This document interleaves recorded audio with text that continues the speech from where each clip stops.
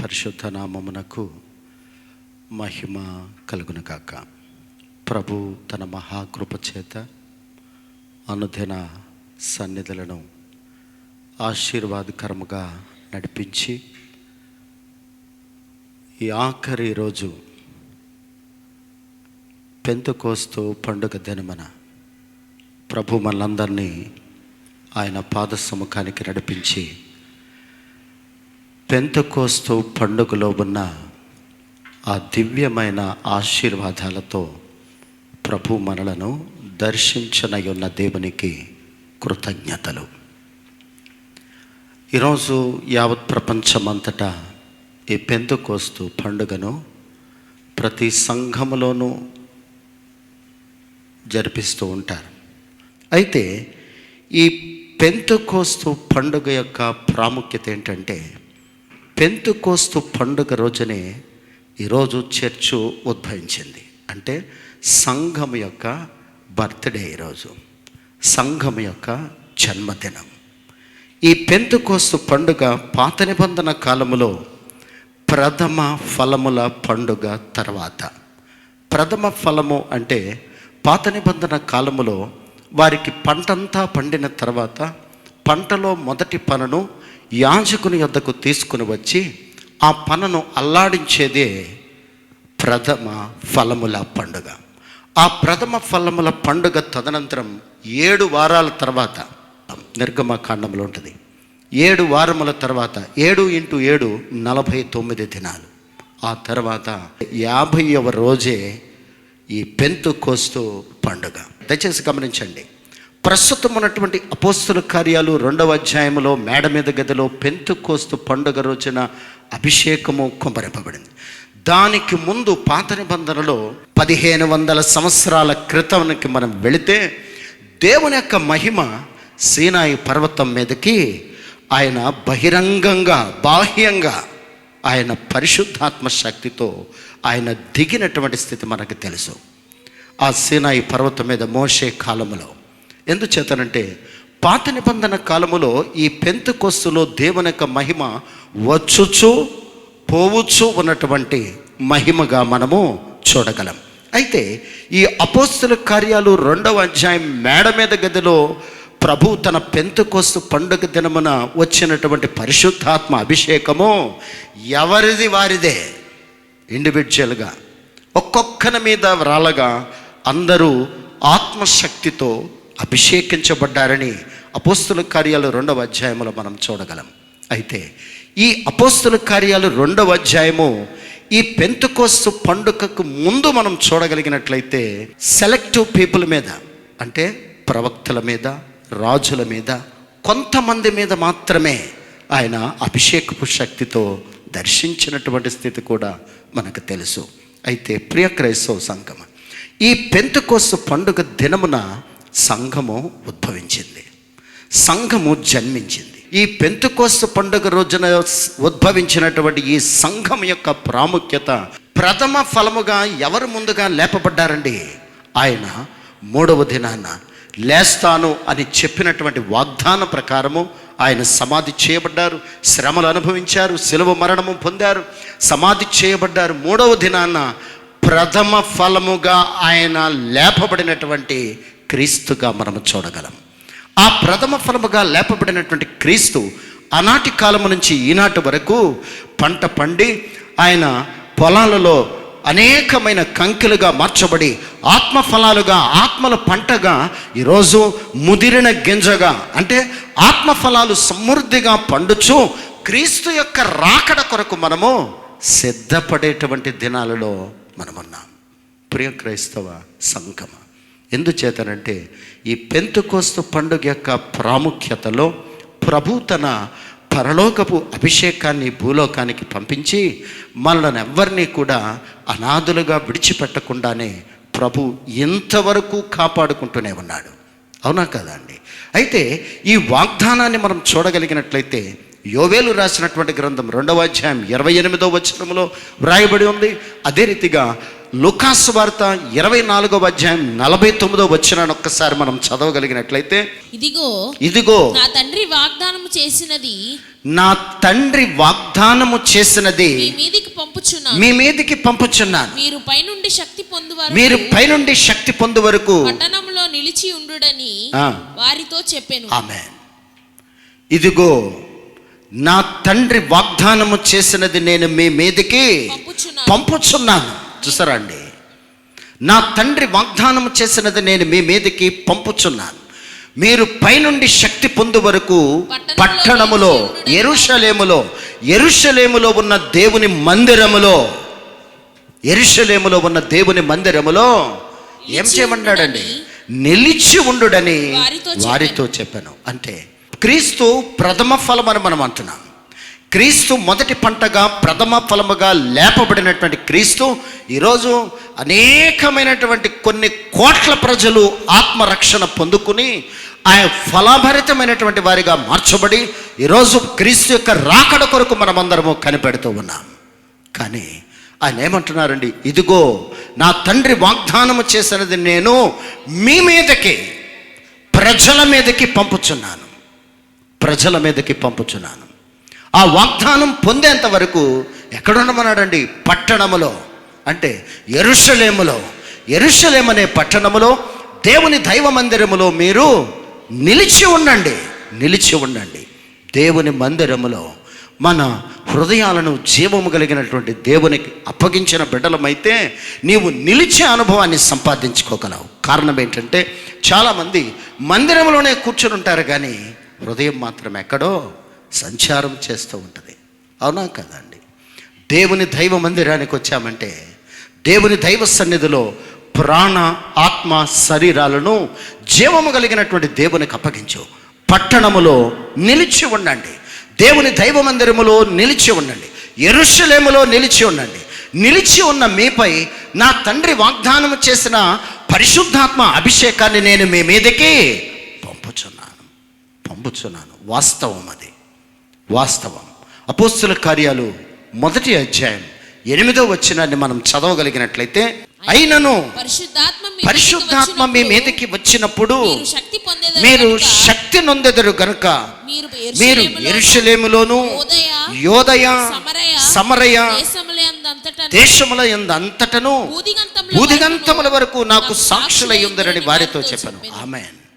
అంటే పరిశుద్ధాత్మ అభిషేకము పొందిన తర్వాతే దేవుని యొక్క రాజ్య సువార్త ప్రకటించమని అక్కడ లేఖనంలో మనం చూస్తూ ఉన్నాం. దయచేసి గమనించండి. టీచింగ్ అందరూ చేస్తారు, కానీ బిఎడ్ చదివిన వారి టీచింగ్కి గవర్నమెంట్ వాల్యూ ఇస్తుందండి. అవునా కదండి? వారి సర్టిఫికెట్కి ఇచ్చిన వాల్యూ టీచింగ్ చేసే వాళ్ళని టెంపరీ పోస్ట్ కింద ఇచ్చి వీళ్ళకి 10,000 ఇస్తే వాళ్ళకి 2,000 ఇవ్వడానికి ఇష్టపడతాడు. అవునా కాదండి? క్వాలిఫై ఎప్పుడు చేశాడండి? దేవుని రాజ్య సువార్త ప్రకటించడానికి, ప్రభు కొరకు నువ్వు ఒక సాక్ష్య జీవితాన్ని జీవించడానికి, ప్రభు యొక్క మాటలు ఈ లోకములో నువ్వు ప్రకటించడానికి, ప్రభు కొరకు ఆయన రాజ్యములో, ఆయన తోటలో, ఆయన పనివాడిగా నువ్వు పని చేయడానికి, అయినను పరిశుద్ధాత్మ మీ మీదికి వచ్చినప్పుడు మీరు శక్తి నొందెదరు అంటున్నాడు. అప్పుడు మీరు చూడండి, గనుక మీరు యెరూషలేములోను, ఎక్కడంటండి? యెరూషలేములోను. దాని యొక్క అర్థాన్ని మేము ముందు ఉంచుతాను. యెరూషలేములోను మొట్టమొదట ఎక్కడ ప్రకటించమన్నాడండి? యెరూషలేములోను నా మందిరములోను దేవుని యొక్క పరిశుద్ధాత్మ అభిషేకాన్ని నేను పొందితే మొట్టమొదటగా చూడండి, ఈ లోకంలో ఉన్న సామెత కూడా ఇంట గెలిచి రచ్చగలమన్నారు. అవునా కదండి? రచ్చగలిసి ఇంట్లో సతుకులు పడమని కాదండి. ఏమండి? రచ్చగలిసి ఇంట్లో సంతుకులు పడమని కాదండి, ఇంట గెలిచి రచ్చగలవమన్నాడు. ప్రభు కూడా ఆయన మేనిఫెస్టోలో ఏముందో చూడండి. అయినను మీరు పరిశుద్ధాత్మ శక్తిని మీరు పరిశుద్ధాత్మ పొందితే మీరు శక్తి నొందెదరు. అప్పుడు మీరు మొట్టమొదటగా యెరూషలేములోను, ఎక్కడంటండి? ఆయన ఇంటిలో పని చేయమంటున్నాడు. కనుక పరిశుద్ధాత్మ అభిషేకం నువ్వు నేను పొందితే మొట్టమొదటిగా నీ ఇల్లు నువ్వు చక్కబెట్టాలి. ఎవరిని చక్కబెట్టాలంటండి? వాళ్ళని కాదండి, వాళ్ళని నిన్ను చక్కబెట్టాలి కదండి. మొట్టమొదటిగా నీ ఇల్లు నువ్వు చక్కబెట్టాలండి. ప్రభు అంటున్నాడు చూడండి, చాలా చక్కటి మాట.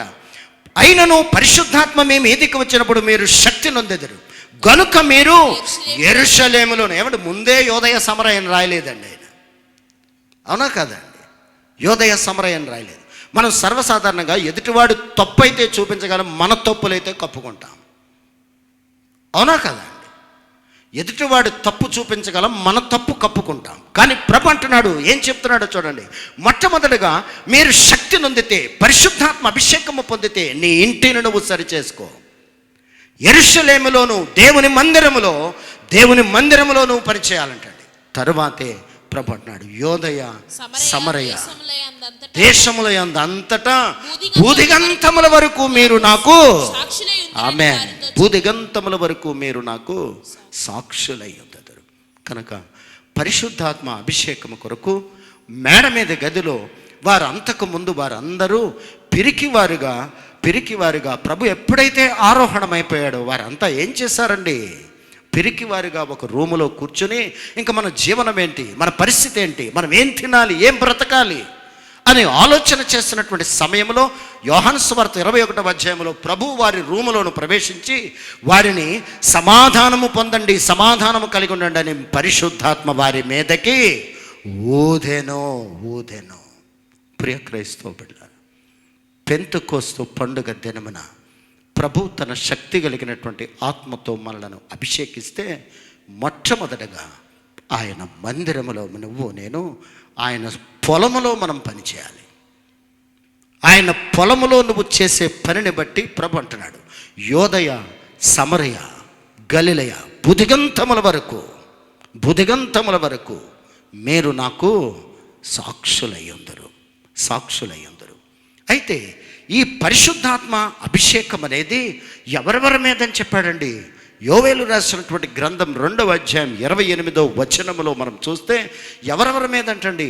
ఆయనకి ఏజ్తో తారతమ్యం లేదు, లేదా వయసు తారతమ్యం లేదు, కలర్ తారతమ్యం లేదు, లేదా రకరకాలైనటువంటి జాతులని లేదు, ఏ విధమైనటువంటి పరిస్థితి ఎవరినైనా కూడా అందరి మీద చదువు తరువాత నేను సర్వజనుల మీద నా ఆత్మను కుమ్మరింతును. చూసారా అండి? సర్వజనుల మీద నా ఆత్మను కుమ్మరించెదను. నీ కుమారులను నీ కుమార్తెలను ప్రవచనములు చెప్పుదురు. మీ ముసలివారు కలలు కందురు. మీ యవ్వనులు దర్శనములు చూతురు. ఆ దినములలో పనివారి మీదను పనికత్తెల మీదను నా ఆత్మను కుమ్మరించదు. పరిశుద్ధాత్మ అభిషేకపు శక్తితో ప్రభు మనలను అభిషేకించాలన్నదే ఆయన కనాతి సంకల్పం. ఎందుచేతనంటే కడవరి దినాలు, క్రీస్తు రాకడకు సమీపముగా ఉన్నటువంటి దినాలు. ఎందుచేతనంటే హోషేయ రాసినటువంటి గ్రంథం 6వ అధ్యాయం 1-2 వచనాలు మనం చూడగలిగినట్లయితే, మనము యెహోవా యొద్దకు మరలుదము రండి, ఆయన మనలను చీల్చివేసెను, ఆయనే మనలను స్వస్థపరచును, ఆయన మనలను కొట్టెను, ఆయనే మనలను బాగు చేయను. 2 దినములైన తర్వాత ఆయన మనలను బ్రతికించును. మనం ఆయన సముఖమందు బ్రతుకున్నట్లు 3వ దినమున ఆయన మనలను స్థిరపరచును. ఆమేన్. చూసారండి, ఆయన యొద్దకు మరలుదము అంటున్నాడండి. ఆయన ఏం చేసినా చూడండి, ఆయన మనలను చీల్చును, ఆయన మనలను స్వస్థపరచును, ఆయన మనలను బాగు చేయును. 2 దినముల వరకు, 2 దినముల తర్వాత 3వ దినమున ఆయన మనలను ఏం చేస్తాడంటండి? స్థిరపరిచే దేవుడు. దేవుని పరిశుద్ధ నామమునకు మహిమ కలుగును గాక. అంటే ఒక్క దినము కొరకు మనం ఆలోచన చేస్తే 2వ పేతురు రాసినటువంటి పత్రిక 3వ అధ్యాయం 8వ వచనములో ఒక్క దినము 1000 దినములకు సమానమని. 1000 దినములు ఒక్క దినము. చదువమ్మా. ప్రియులారా, ఒక సంగతి మర్చిపోకుడి. ఒక్క సంగతి మర్చిపోకండి.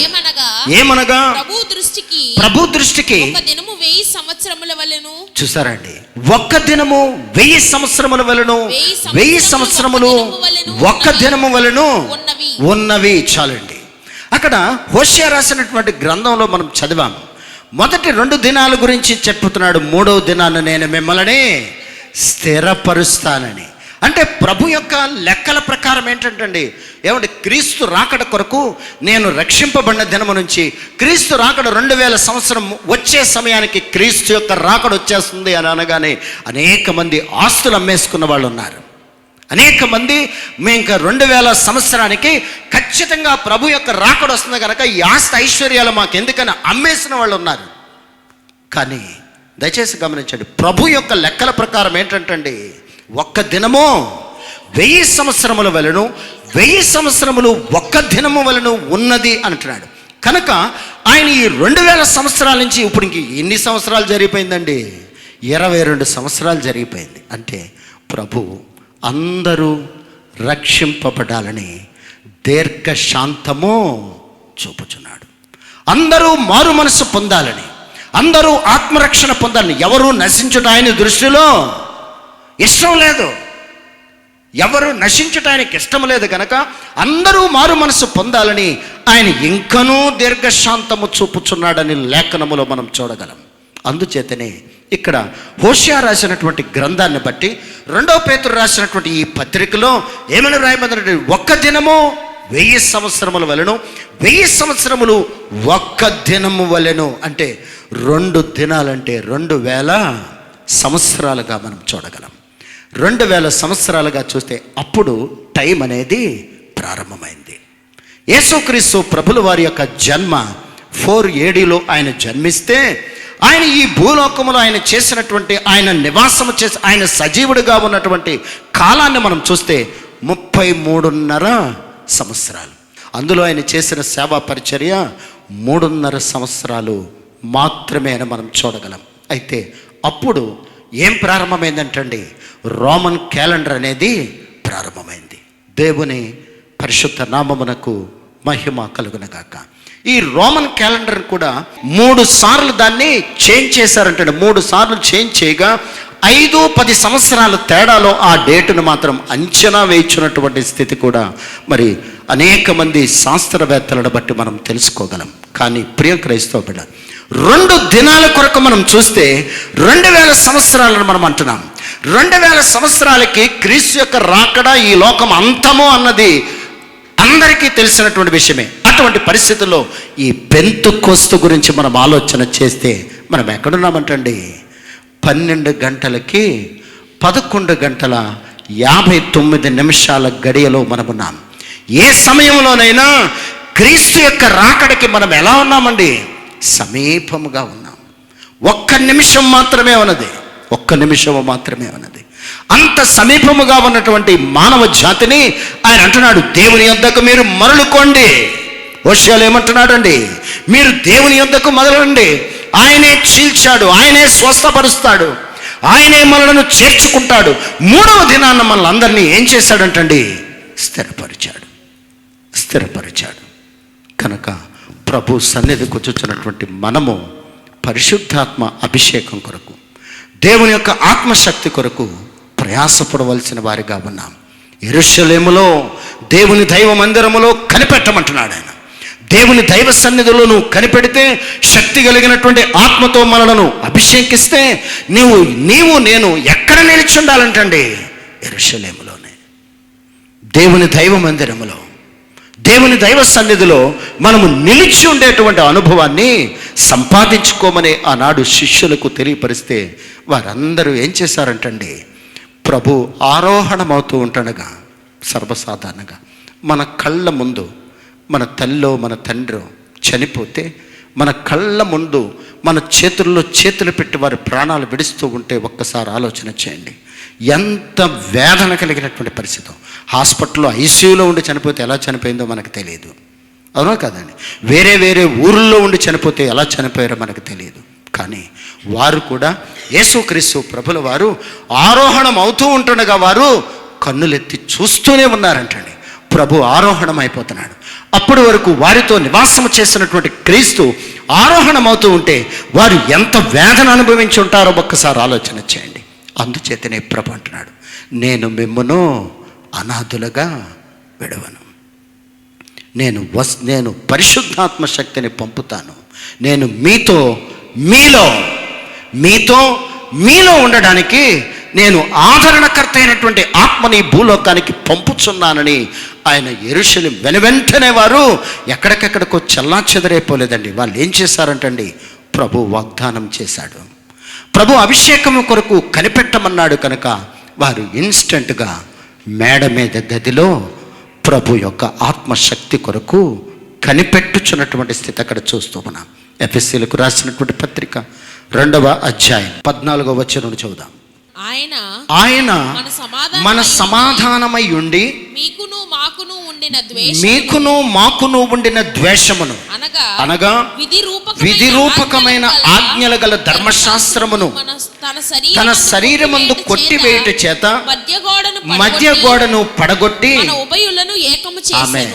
చూసారండి, మన ఉభయులను ఏకము చేసెను. దయచేసి గమనించండి, అక్కడ యూదుడని గ్రీసు దేశస్థుడని భేదము లేకుండా, యూదుడని గ్రీసు దేశస్థుడని భేదము లేకుండా మన మధ్యన ఏం చేస్తాడంటాడు చూడండి. ఆయన మన సమాధానమై ఉండి మీకును మాకును ఉండిన ద్వేషమును అనగా విధిరూపకమైన ఆజ్ఞల గల ధర్మశాస్త్రమును. అంటే ధర్మశాస్త్రం ఏం చెప్తుందండి, కంటికి కన్ను పంటికి పన్ను అని, అవునా కదండి. ఒక నూతనమైనటువంటి జన్మను ప్రభు మనకిచ్చారు. ఎవరెవరితోనంటండి, వారి యొక్క జ్యూస్తోనూ జంటైల్ను కలిపి ఒక మనల్ని సమాధానపరిచి ఒక నూతనమైనటువంటి జన్మను సృష్టించినటువంటి స్థితి. చదువమ్మ 14 తర్వాత 15 వచనాలు కూడా చదువు. ఆయన మన సమాధానమై ఉండి మీకును మాకును ఉండిన ద్వేషమును అనగా విధిరూపకమైన ఆజ్ఞల గల ధర్మశాస్త్రమును తన శరీరమందు కొట్టివేయుట చేత మధ్య గోడను పడగొట్టి మన ఉభయులను ఏకము చేసెను. ఇట్లు సంధి చేయుచు ఈ ఇద్దరిని తన యందు ఒక నూతన పురుషునిగా, చూసారండి, ఒక న్యూ మ్యాన్ ని తయారు చేశారు. ఒక నూతన పురుషునిగా సృష్టించి తన శిలువ వలన ఆ ద్వేషమును సహించి సంహరించి దాని ద్వారా వీరిద్దరిని ఏక శరీరముగా చేసి దేవునితో సమాధానపరచవలనని ఇలాగు చేసిన గనుక ఆయనే మనకు సమాధాన కారకుడై ఉండెను. ఆమేన్. చూసారండి, అన్ని రేసెస్లో నుంచి, అన్ని నేషన్స్లో నుంచి వారందరినీ కూడా సమాధానపరిచి వారి మధ్యన ఉన్నటువంటి ద్వేషమును సిలువలో ఆయన త్యజించి ధర్మశాస్త్రమునకున్నటువంటి శాపము నుంచి విడుదల అనుగ్రహించి ఒక నూతన పురుషుని అంటండి, ఒక నూతన పురుషుని మధ్యనున్న ఆ అడ్డుగోడను పడగొట్టి ఒక నూతన పురుషుని మన కొరకు సృష్టించి మనలను సమాధానపరిచి భూదిగంతముల వరకు మీరు నాకు సాక్షులై ఉందరు. ప్రభు చేసినటువంటి ఈ పరిశుద్ధాత్మ అభిషేకపు శక్తి ద్వారా ఆయన ధర్మశాస్త్రమునకున్నటువంటి ఆ మధ్యనున్న అడ్డుగోడను పడగొట్టి ఉభయులను ఏం చేశాడంటండి, సమాధానపరిచాడంటండి. ఒక నూతన పురుషుని సృష్టించి ఆయన సమాధానకారకుడిగా మార్చబడినటువంటి స్థితి చేస్తూ ఆయన యెరూషలేములోను యోదయ సమరయ భూదిగంతముల వరకు మీరు నాకు సాక్షులై ఉంటారని అంత శక్తి కలిగినటువంటి ఆత్మతో మనలను అభిషేకించాడు. నిర్గమకాండము 19వ అధ్యాయము 16వ వచనాన్ని మనం ఒక్కసారి చూడగలిగినట్లయితే, మూడవ నాడు ఉదయమైనప్పుడు ఆ పర్వతము మీద ఉరుములు మెరుపులు సాంద్ర మేఘము బోర యొక్క మహాధ్వనియు కలుగుగా పాళెములోని ప్రజలందరూ వణికిరి. అంటే 3వ రోజు 50వ రోజు పాత నిబంధన కాలములో సీనాయి పర్వతం మీద 50వ రోజున మోషేని ఆ కొండ మీదకి రమ్మన్నప్పుడు పైన ఆ 10 ఆజ్ఞలు కలిగినటువంటి పలకలు ఇచ్చినప్పుడు 50వ రోజున పరిశుద్ధాత్మ అభిషేకము అక్కడ కుమ్మరింపు జరిగినప్పుడు అక్కడ ఉన్నటువంటి వారందరూ ఏం చేశారంటండి, వణికిరి. ప్రస్తుత దినాల్లో ప్రభు అభిషేకాన్ని ఎలా ఇస్తున్నాడంటండి, ఇండివిజువల్గా పర్సనల్గా పరిశుద్ధాత్మ అభిషేకము ప్రస్తుత దినాలలో అభిషేకం కొరకు అనేక మందికి అనేక రకాలైనటువంటి ఆలోచనలు, అనేక రకాలైనటువంటి తలంపులు. ఆనాడు పాత నిబంధన కాలములో సినాయి పర్వతం మీదకి ఆ 3వ దినమున మెరుపులతో ఉరుములతో ప్రభు తన శక్తి కలిగినటువంటి మహిమతో వచ్చినప్పుడు ప్రజలందరూ ఏం చేశారంటే వణికిపోయారంటండి. కానీ ఇప్పుడు ప్రజలను చూస్తే ప్రభు వణకాలండి. ఇప్పుడున్న ప్రజలు మమ్మల్ని చూస్తే నా దేవుడు వణకాలనేటువంటి స్థితిలో ఉన్నారే తప్ప ప్రభు సన్నిధిలో భయపడే జీవితాలు తక్కువ అండి. ప్రభు అంటే భయపడే జీవితం తక్కువ. ప్రభు సన్నిధన్నా, ప్రభు ఆరాధనన్నా, దేవుని లేఖనమన్నా, ఉపదేశమన్నా, దేవుడు చేస్తున్న కార్యాలు అనుభవిస్తున్నా కూడా ప్రభు అంటే ఎవరూ భయపడట్లేదు. పాత నిబంధన కాలంలో సీనాయి పర్వతం మీద పరిశుద్ధాత్మ అభిషేకము కుమ్మరించబడితే ఆనాడు వారి ప్రజలు ఎలా ఉన్నారంటే వణికిపోతున్నారంటండి.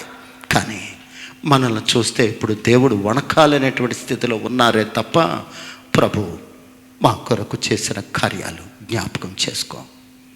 ఇప్పుడు ప్రభు తన పరిశుద్ధాత్మ శక్తిని ఒక్కొక్కరి మీద తను అడుగు వారికి మరి నిశ్చయముగా పరిశుద్ధాత్మ శక్తిని ఇస్తాను. అడుగుడి మీకు ఇవ్వబడును.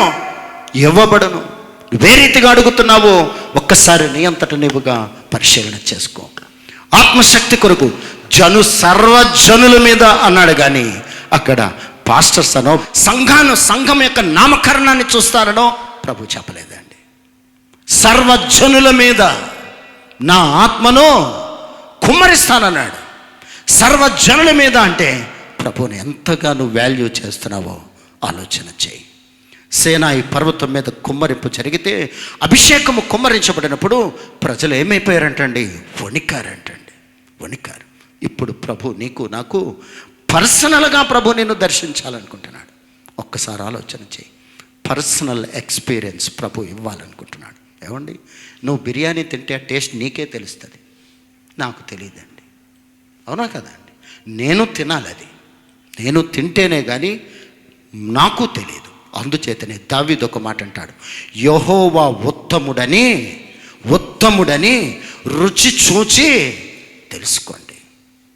ప్రభు ఎటువంటి వాడో, ప్రభు ఈ కడవరి దినాల్లో అభిషేకపు శక్తిని ఏ రీతిగా కుమ్మరించాడో, కుమ్మరింపబడినటువంటి అభిషేకాన్ని ఒక్కొక్కరి మీద ఏ రీతిగా పర్సనల్గా ఇండివిజువల్గా ప్రభు అభిషేకించబోతున్నాడో ఆ అనుభవంలోనికి నేను రావాలన్నదే ఆయన ఏం చేశాడంటండి, ఒక నూతన పురుషుని మన మధ్యనున్న అడ్డుగోడను, భేదాభిప్రాయాలు ఉండేయండి,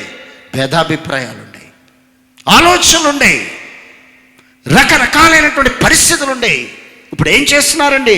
సేవకులు కూడా అందరం కలిసి ప్రార్థన చేద్దామంటున్నారు. సేవకులు అందరం కలిసి ఒక ప్లాట్ఫామ్ మీద ఉందామంటున్నారు. ప్రియ క్రైస్తవులు, పరిశుద్ధాత్ముడు చేయించినటువంటి శక్తి కలిగినటువంటి కార్యాలు మనం ఇక్కడ చూస్తూ ఉన్నాం. ఇర్మీయా గ్రంథం 31వ అధ్యాయం 31-32 వచనాలు చదువుదాం. గ్రంథం, ఇదిగో నేను ఇశ్రాయేలు వారితో యోధా వారితోను క్రొత్త నిబంధన చేయు దినములు వచ్చుచున్నవి. ఇదే యెహోవా వాక్కు. ప్రభు అంటండి, ఒక నూతన నిబంధన ఎవరెవరితోనంటండి? ఇశ్రాయేలు వారితోను యోధా వారితోను క్రొత్త నిబంధన చేయు దినములు వచ్చుచున్నవి. ఇదే యెహోవా వాక్కు. అది ఐగుప్తులో నుండి వారిని రప్పించుటకై నేను వారిని చెయ్యి పట్టుకున్న దినమున వారి పితరులతో నేను చేసిన నిబంధన వంటిది కాదు. నేను వారి పెనిమిటినైనను వారు ఆ నిబంధన భంగము చేసుకునేది. ఇదే యెహోవా వాక్కు. తర్వాత వచ్చిన కూడా చదువు. ఈ దినములైన తరువాత నేను ఇశ్రాయేలు వారితోను యోధా వారితోను చేయబో నిబంధన ఇదే. వారి మనస్సులలో నా ధర్మ విధిని ఉంచెదను, వారి హృదయముల మీద దాన్ని వ్రాసెదను. ఆమేన్. చాలు. దేవుని పరిశుద్ధ నామమునకు మహిమ కలుగును గాక.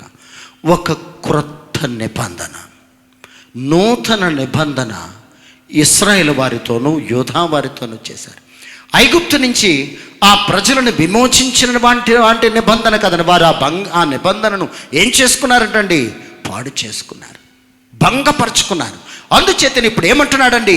వారి హృదయాల మీద నేను వ్రాస్తున్నాను, వారి హృదయాల మీద నా నిబంధనను, నా లేఖనాలను, నా వాక్యాన్ని, నా వాగ్దానాలను వారి హృదయాల మీద నేను వ్రాయుచున్నాను. అంటే ప్రభు యొక్క ఉద్దేశం ఏంటండి? ఒక్కొక్కరిని అభిషేకించాలని, దేవుని దైవ సముఖానికి వచ్చిన మనలందరినీ కూడా ఆత్మతో పెంతెకోస్తు పండుగ దినమున ప్రభువు తన శక్తి కలిగినటువంటి ఆత్మతో అభిషేకించాలని. ద్వితీయోపదేశకాండం 16వ అధ్యాయము 10-11 వచనాలు మనం చదువుదాం. నీ దేవుడైన యెహోవాకు చూడండి, నీ దేవుడైన యెహోవాకు వారముల పండుగ ఆచరించుటకై నీ చేతనైనంత స్వేచ్ఛార్పణమును సిద్ధపరచవలెను.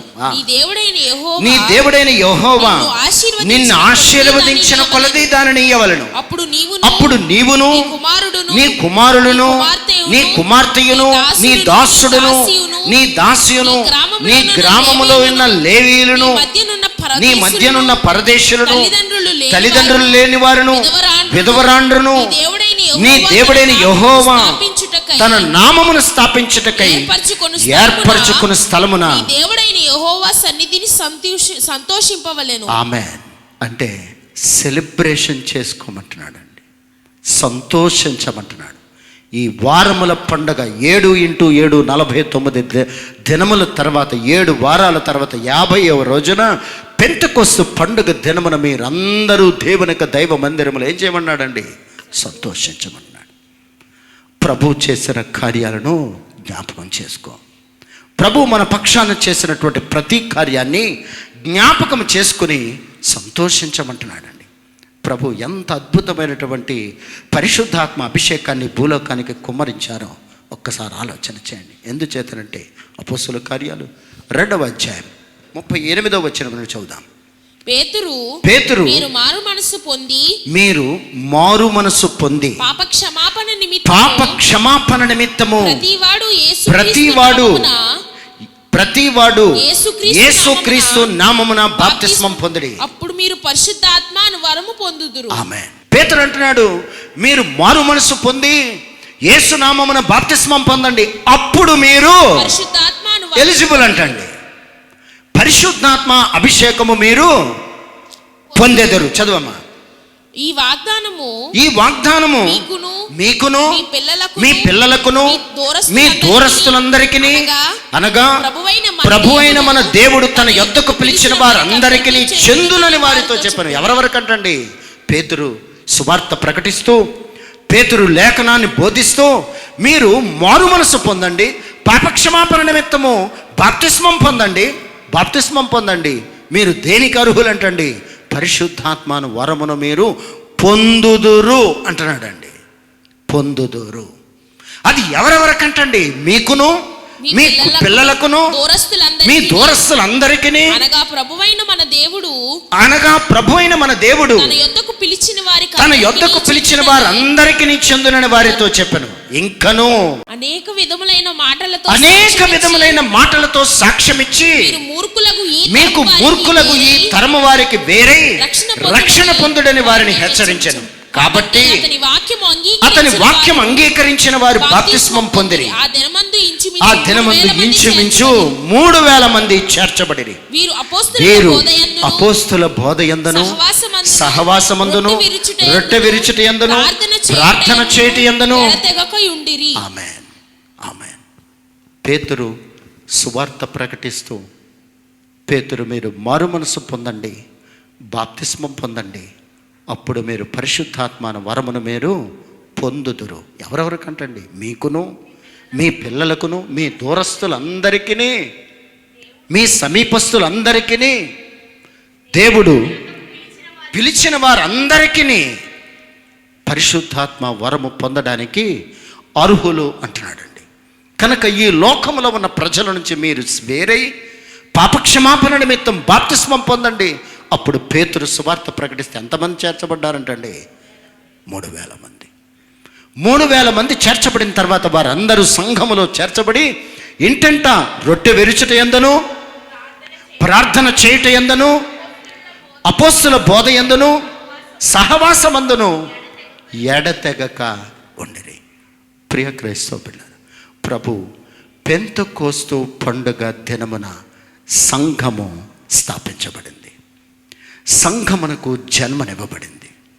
సంఘమునకు జన్మనిచ్చినటువంటి ఈ పెంతెకోస్తు పండుగ ద్వారా వారందరూ కూడా భూదిగంతముల వరకు ప్రభుకి సాక్షులుగా మార్చబడి ఆ వారి దేవుని యొక్క రాజ్య సువార్తను ప్రకటిస్తూ అనేక మంది సంఘాలలో చేర్చబడితే వారందరికీ ఏం బోధించారంటండి?